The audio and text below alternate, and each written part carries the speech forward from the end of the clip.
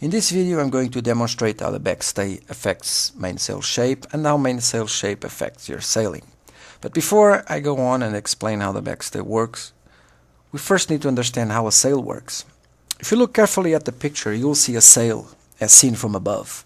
The lines above and below it represent the wind or the air mass. What happens is simple. Because of camber, that little curvature you'll see on the sail, the air that travels over the sail has to travel at a higher velocity than the air that travels below it. Once air travels at a higher velocity over a surface, it creates a depression. The air below it creates a pressure because it's being slowed down. It's the sum of these two vectors that will make your sail pull or will make your boat move forward.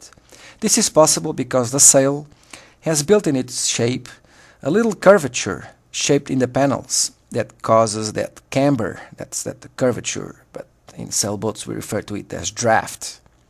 The more draft you have, the more lift, but also the more drag. Let's now look at the different rig configurations. We have masthead rig on the left and fractional rig on the right. The main difference is that on the masthead rig, that's a drawing on the left, both the forestay and the backstay meet at the top of the mast, and in the fractional rig, only the backstay goes to the top of the mast. The forestay will stay a couple feet, a couple meters below the top of the mast.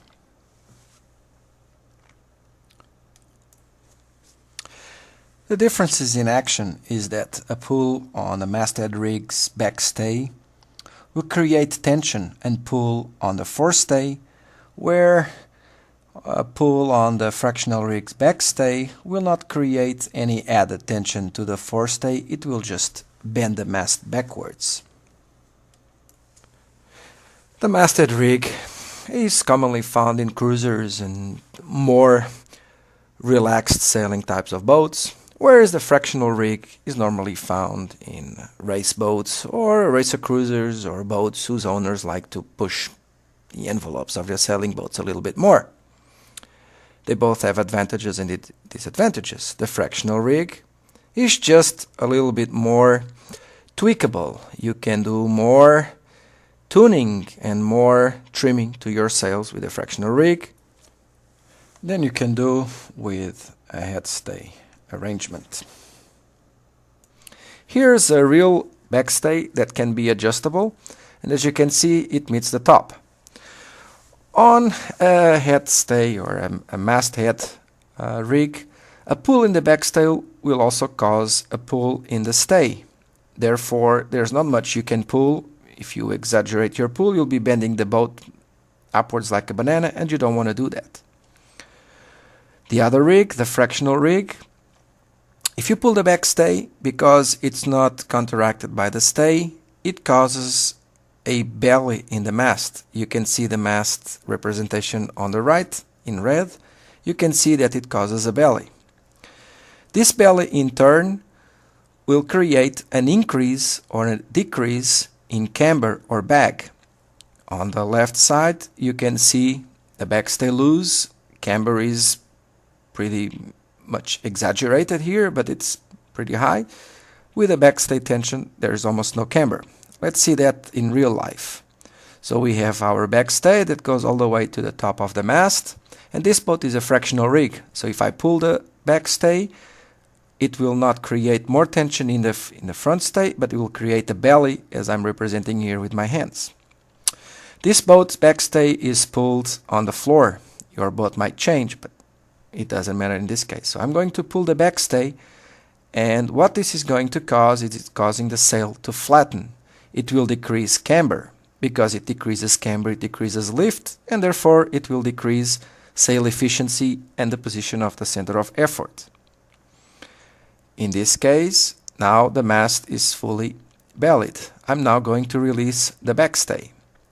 Once the backstay is fully released, the sail will gain its camber again. In this footage here you can see a boat with excessive heeling. That's a great sailor at the tiller, by the way, or at the rudder. Now we're pulling the backstay and you can see that the boat heeling is decreased.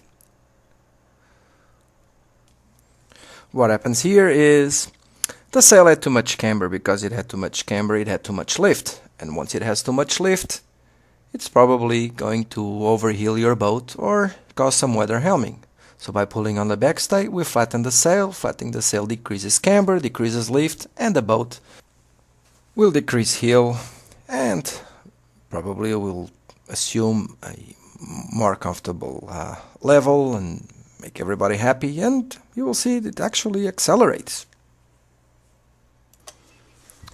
So what you want to do is, if you're sailing in strong winds, more than what your boat can handle, or maybe more than what you can handle, you should sail with your backstay fully tensioned, fully belly on the mast. If you're sailing average, medium winds, then maybe a happy medium would be fine. And if you're sailing in light conditions, you probably want to release your backstay to provide the maximum draft or camber to your sails, make you sail better. Remember, if you're going downwind, you also want to release your backstay. Create more bag on that sail, give you more speed. Please, go on your boat, go to sea or the lake or wherever you sail and play with your backstay. Play with the lines, see what does what. You're probably riffing when all you had to do is just tension your backstay properly. You'll accelerate. You'll probably end up beating the hell out of your neighbor and piss him off. But hey, that's sailing. So good luck. Go play with the backstay and you will be surprised.